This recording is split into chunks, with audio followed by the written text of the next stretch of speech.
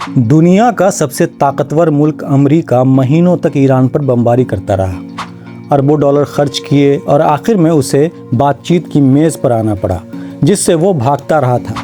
America और Iran के बीच जंग खत्म हो गई है और दुनिया भर में एक ही सवाल गूंज रहा है कि इस जंग में जीता कौन। पिछले कुछ महीनों में मिडिल ईस्ट में जो कुछ हुआ उसने पूरी दुनिया को हिलाकर रख दिया था। अमेरिका और इसराइल ने मिलकर ईरान पर सीधा हमला किया, हज़ारों लोग मारे गए, तेल की सप्लाई रुक गई और दुनिया भर में महंगाई का एक तूफान आ गया। लेकिन ईरान झुका नहीं, उसने भी जवाब दिया मिसाइल से, ड्रोन से, और उसने एक नया हथियार इस्तेमाल किया। वो हथियार था स्ट्रेट ऑफ हॉर्मुज़ को बंद करना। स्ट्रेट ऑफ हॉर्मुज़ एक बेहद तंग समुद्री रास्ता है जिससे पहले दुनिया का 5वां हिस्सा तेल गुजरता था। जब ईरान ने इसे बंद किया तो पूरी दुनिया में तेल की कीमतें आसमान छूने लगी, कारोबार रुकने लगे, एनर्जी का संकट गहरा गया और अमेरिका समेत कई बड़े मुल्कों की इकोनॉमी पर सीधा असर पड़ा। यही वो लम्हा था जब दुनिया को समझ में आया कि ईरान के पास कोई न्यूक्लियर बॉम्ब नहीं है। अगर वो सिर्फ स्ट्रेट ऑफ हॉर्मुज़ को ही हथियार के तौर पर इस्तेमाल करे तो उसका असर ही किसी न्यूक्लियर बॉम्ब से ज़्यादा बड़ा पड़ जाएगा इकोनॉमी के ऊपर। अब ये सवाल है कि दोनों मुल्क चाहते क्या थे? इस जंग में दोनों तरफ का असली मकसद क्या था? अमेरिका और इसराइल क्या चाहते थे और ईरान क्या चाहता था? अमेरिका और इसराइल चाहते थे कि ईरान के न्यूक्लियर प्रोग्राम और बैलिस्टिक मिसाइल प्रोग्राम को पूरी तरह तबाह कर दिया जाए, उसकी नेवल ताकत ख़त्म हो जाए, उसके रीजनल प्रॉक्सीज़ यानी हमास, हिजबुल्लाह और हौथीज़ जैसे गुट कमज़ोर हो जाएं और अगर हो सके तो ईरान की मौजूदा हुकूमत भी बदल जाए। दूसरी तरफ ईरान का मकसद बिल्कुल अलग था। वो इस जंग को अपने वजूद की लड़ाई बता रहा था। उसने सीधी फौजी ताकत से लड़ने के बजाय एसिमेट्रिक वारफेयर का रास्ता चुना, यानी ऐसी रणनीति जिससे दुश्मन को इतना नुकसान पहुंचाओ कि वो खुद बातचीत की मेज़ पर आने को मजबूर हो जाए। और उसकी यही रणनीति काम आई। आखिरकार पाकिस्तान की मध्यस्थता में अमेरिका और ईरान के बीच एक मेमोरेंडम ऑफ अंडरस्टैंडिंग तैयार हुई जिस पर जेनेवा में दस्तखत होने वाला है।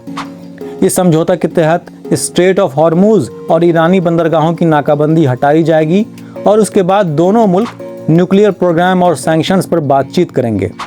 इस मध्यस्थता में पाकिस्तान अकेला नहीं था, बल्कि कतर, इजिप्ट, तुर्की, सऊदी अरबिया और ओमान भी इसमें शामिल थे। तो आखिर में ये सवाल पैदा होता है कि इसमें जीता कौन? ये वो सवाल है जो सबसे पेचीदा है। दोनों तरफ से जीत के दावे हो रहे हैं, लेकिन एक्सपर्ट्स का कहना है कि इस जंग में दोनों हारे हैं, बस अलग अलग तरीक़ों से। अमेरिका ने ये जंग लड़कर अपनी सॉफ्ट पावर खोई। उसने दुनिया को दिखा दिया कि मिलिट्री ताकत से दुश्मन को नुकसान तो पहुंचाया जा सकता है, लेकिन अपने स्ट्रेटजिक मकासद हासिल नहीं किए जा सकते। ईरान का न्यूक्लियर प्रोग्राम पूरी तरह तबाह नहीं हुआ, उसकी हुकूमत नहीं बदली और स्ट्रेट ऑफ हॉर्मुज़ पर उसका कब्ज़ा बरकरार रहा। और ईरान के साथ ये है कि वो इस जंग के बाद और भी गरीब होकर निकलेगा। उसकी हुकूमत और ज़्यादा फ़ौजी रंग ले लेगी, आम लोगों की ज़िंदगी और मुश्किल हो जाएगी, उसकी इकोनॉमी पर जो ज़ख्म लगे हैं वो जल्दी नहीं भर पाएंगे। एक माने में ईरान इसलिए जीता क्योंकि वो झुका नहीं, उसने बातचीत की मेज़ तक पहुँचने में कामयाबी हासिल की, लेकिन इसकी कीमत उसके अपने लोगों को चुकानी पड़ेगी। इस तरह देखा जाए तो मेमोरेंडम ऑफ अंडरस्टैंडिंग दोनों को एक लूज लूज सिचुएशन से बाहर निकालने की कोशिश है। अमेरिका कह सकता है कि स्ट्रेट ऑफ हॉर्मुज़ खुल गया और ईरान कह सकता है कि उसने वो रास्ता अपने हाथ में रखा जिसे वो जब चाहे बंद कर सकता है। लेकिन इसमें एक पेच है जो है लेबनान।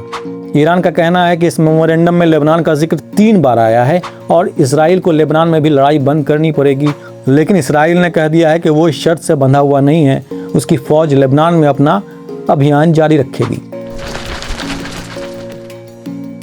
अभी फ्रांस में G7 समिट के दौरान ट्रंप ने कहा कि वो खुश नहीं है कि इसराइल ने लेबनान में इतना वक्त लगाया। ट्रंप का कहना था कि ये जंग बस खींचती जा रही है, इससे ईरान के साथ बड़े डील पर बुरा असर पड़ रहा है। यानी ट्रंप ने खुलेआम अपने सबसे करीबी दोस्त इसराइल से नाराज़गी जाहिर की, क्योंकि लेबनान में जारी कार्रवाई इस पूरे अमेरिका ईरान समझौते को खतरे में डाल सकती है। मेमोरेंडम ऑफ अंडरस्टैंडिंग एक फाइनल सॉल्यूशन नहीं है, ये बस एक रिप्रीव है, यानी थोड़ी सी राहत इससे मिल रही है, थोड़ा सांस लेने का टाइम मिल रहा है। असली इम्तिहान अब शुरू होगा। जब न्यूक्लियर डील पर बातचीत होगी, लेबनान का मसला सुलझाना होगा और दोनों मुल्कों के बीच अविश्वास को दूर करना पड़ेगा। दुनिया का तेल एक बार फिर बहने लगेगा, लेकिन मिडिल ईस्ट की सियासत कभी भी इतनी आसान नहीं रही है और शायद इतनी जल्दी आसान होने वाली भी नहीं है।